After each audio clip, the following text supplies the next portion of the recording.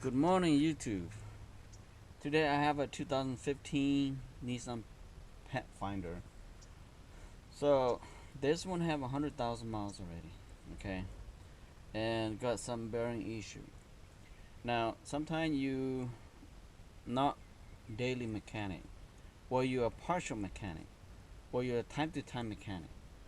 You know, like your oil change, doing brake yourself, something like that, and you want to do a little bit more like bearing, or you want to do more like engine removing or transmission removing, any of those stuff, right? Right here in this channel I have all those. So today I'm going to show you how to find that is bearing bad or not. Okay, the front, not the back. Okay, so the front, to identify is a bearing or not, this is how you do. Okay, I'm not driving, I just show you how only. Now let's say that your wheel is straight on the road, right?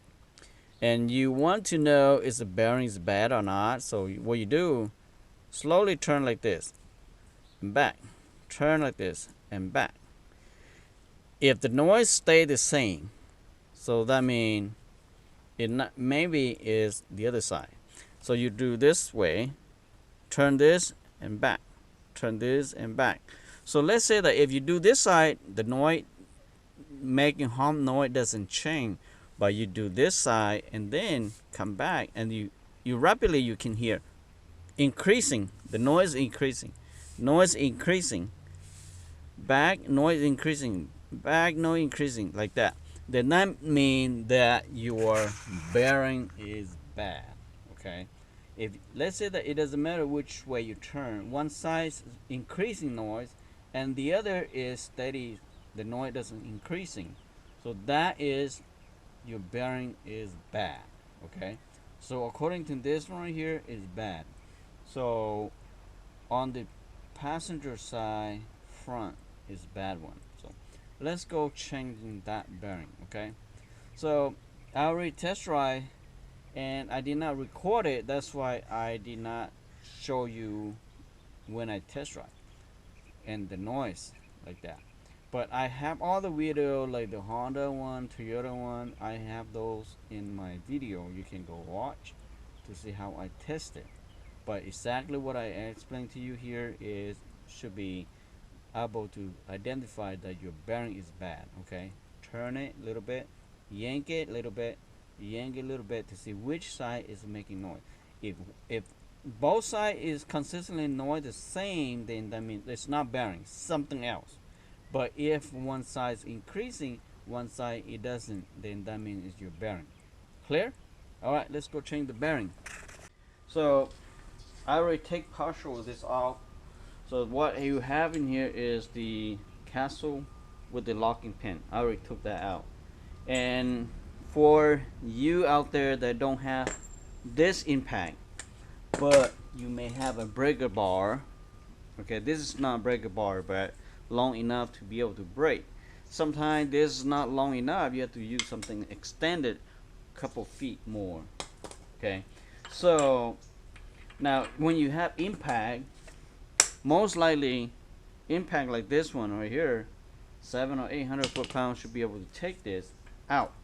Now for you out there that do not have impact because you're not daily one, now to be able to lock this right here, inside here and there's a gap. Okay, show you. See, all the rotor have that. Now you can put right here in between the rotor, or you can put under here, will stop right there, because when you do it, it will turn, right? It will turn. So if you put this on it, it will lock this and it won't turn no more. Okay, that's how you do to put your screwdriver into lock. I prefer to put it in the bottom here, or you can put right here, but there is a shim right here. You might damage the shim, so you can put it bottom here. There's no shim. Okay, so that's how you do to locking this, to not turning it, because I already lose mine, so I don't have to use any of those. Okay, now take this out and turn your wheel all the way up. like this. Okay, now you can put your screwdriver in here and press open. Don't to press a lot, just press a little bit so the caliper will open a little bit. So when you take the caliper out, your caliper will the brake is opening. Okay, the reason you do that because you don't want to taking your brakes apart and pressing your caliper, brake caliper right here. Okay, so that's why I doing this. Okay, now as you're done, okay, there's a 22 socket that holding the brake caliper. Okay.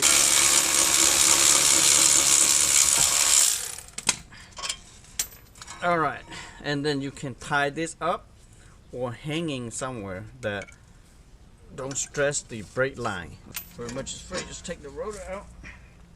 This is one of the simplest rotor, changing and wheel bearing changing, because as soon as you take out the caliper, the rotor just came off, so it's not difficult. So on your, if you cannot push this out like this, you have to have hammered this out.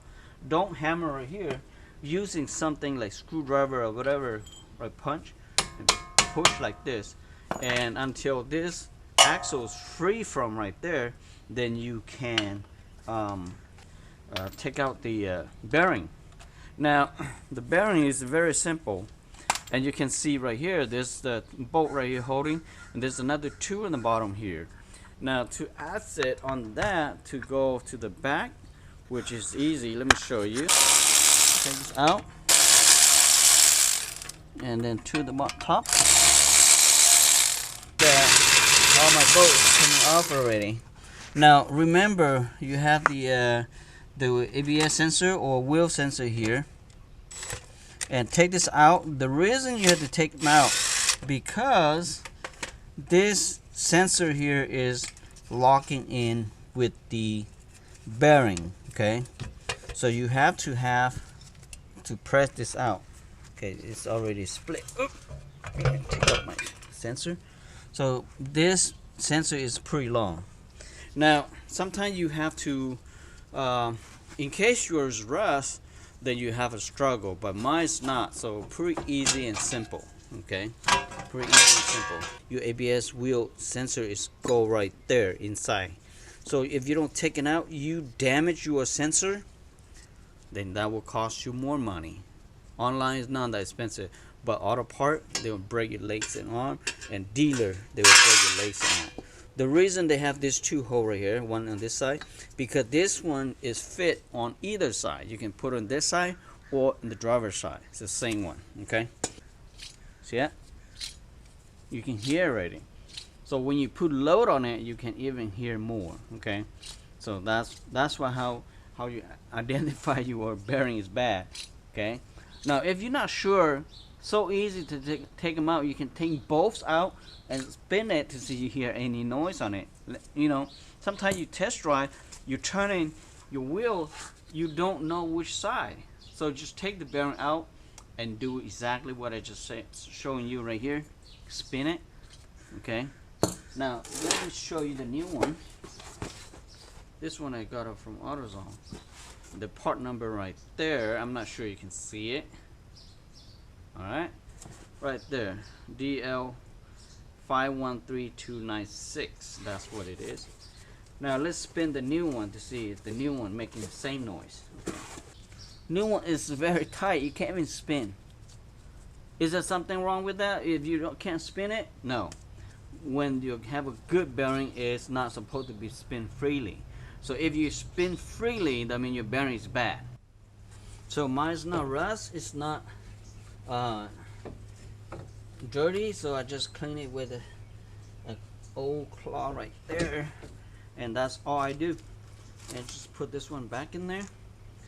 Alright, let's see, it don't matter which one, but make sure this one go first. So how do you do this? Same side, right? Don't do this way, because if your caliper go this way, then yeah, put it like this. If your caliper on the front, then put like this, because this is how your caliper go. Okay, see that? So put this one first, and then your bearing go second. Okay, put like that, and make sure it's aligned with the hole with the bearing. Okay, all right. So let me tight this a little bit with my drill. Don't force it, slowly only, okay, in case you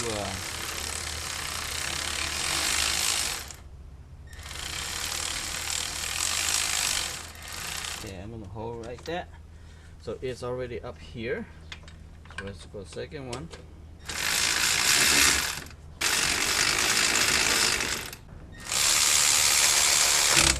The 4 bolt in the back here, if you cannot find online, you have a RQ code you can scan right there. If you don't, call that 800 number, and they should be able to provide for you. But you're watching my video, which is I call already. They told me that the 4 bolt holding the back here, 65 foot-pound.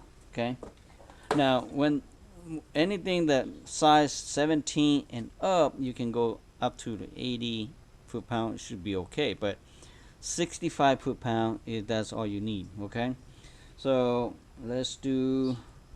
At first I was thinking about 70 foot-pound, but lucky that I called, but it's still pretty accurate, you know. If you do a 65 70 foot-pound, you should be, it doesn't hurt. Okay, it doesn't hurt. Okay, you can do a crisscross, like the kids say, applesauce. Well, it don't matter, as long as you do your 65 foot-pound, you should be okay. There you go. There you go. And the last one will be on that side over here. So for the back one, you probably have to use something like this. You don't have to be using this one. If you have the same length, that'll be fine. So 17 short with the 3/8, and then adapter in half. Okay, that's how we do.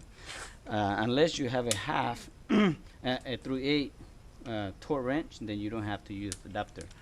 All right, so all torque, and now you put the wheel sensor and then the rotor. All right, what I'm going to put this rotor first, and then this 22 go in the back here.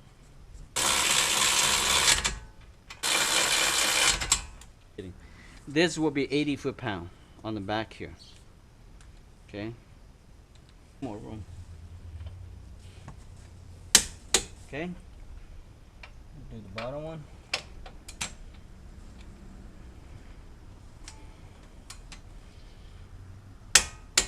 Okay, that's it.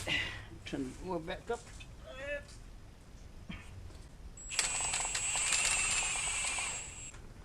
That will be 130 foot-pound on this right here. Let me get my screwdriver and lock it in. Like that. This is 129, okay? So I'm going to do 130. It don't matter. 130, 129.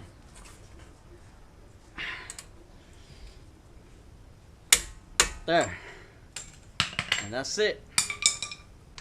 Alright, so make sure you put your locking pin back up here.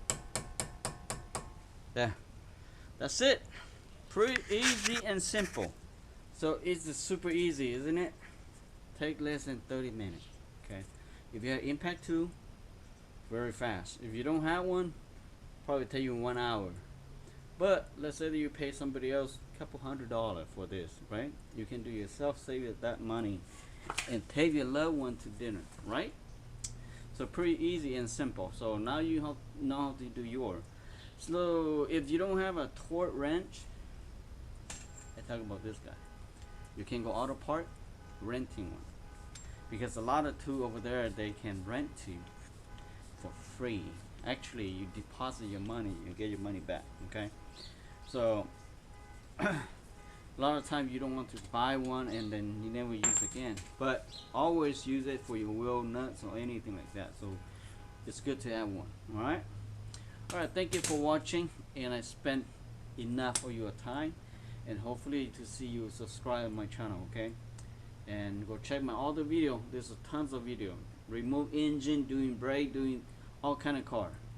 So it's a general repair. So any car that you need, the answer is in my video. All have those. Okay, so thank you for watching. We'll see you guys next video. Okay, bye bye now.